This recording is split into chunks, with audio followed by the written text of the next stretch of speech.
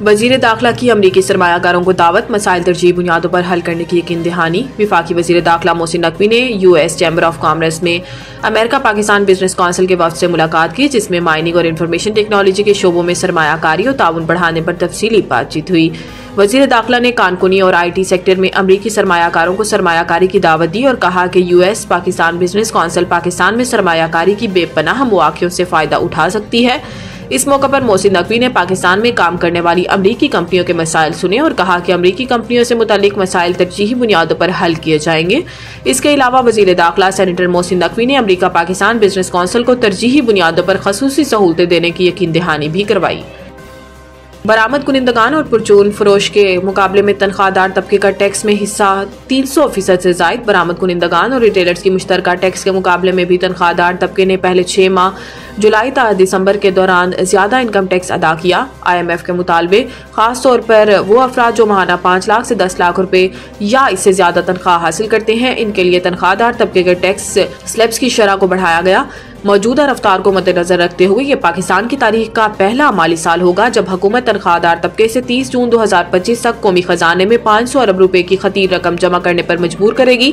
F B are نے گزشتہ مالی سال کے دوران جو 30 جون 2024 کو ختم ہوا تنخواہ دار طبقے سے 367 ارب روپے جمع کیے تھے۔ اب آئی ایم ایف کے 7 ارب ڈالر کے ایکسٹینڈڈ فنڈ فیسلٹی کے تحت زیادہ آمدنی والے سلیبس کے لیے ٹیکس کی شرح 40% تک بڑھا دی گئی ہے، جس کا نتیجہ تنخواہ دار طبقے پر مزید بوجھ کی صورت میں نکلا۔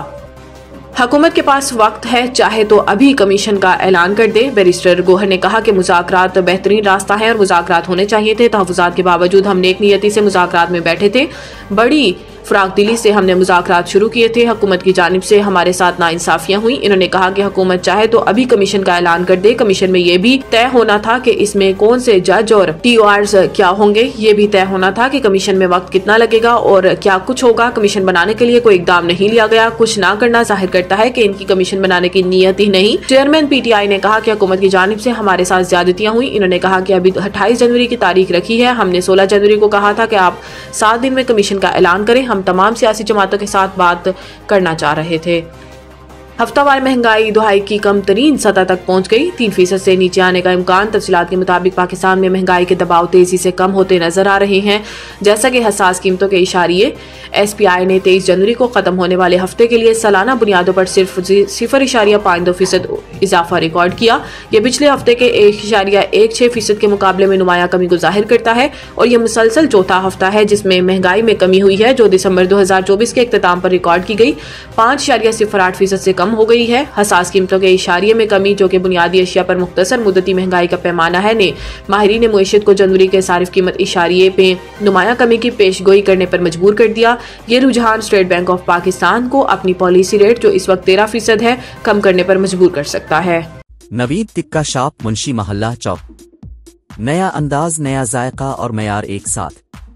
نوید ٹکا شاپ اپنا پیغام دیتے ہیں، ریٹ وہ جو ہر کسی کی پہنچ میں۔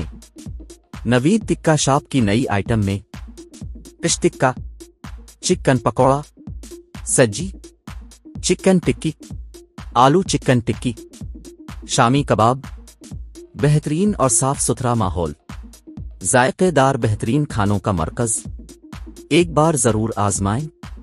نوید ٹکا شاپ، منشی محلہ چوک، مندی بہاؤدین۔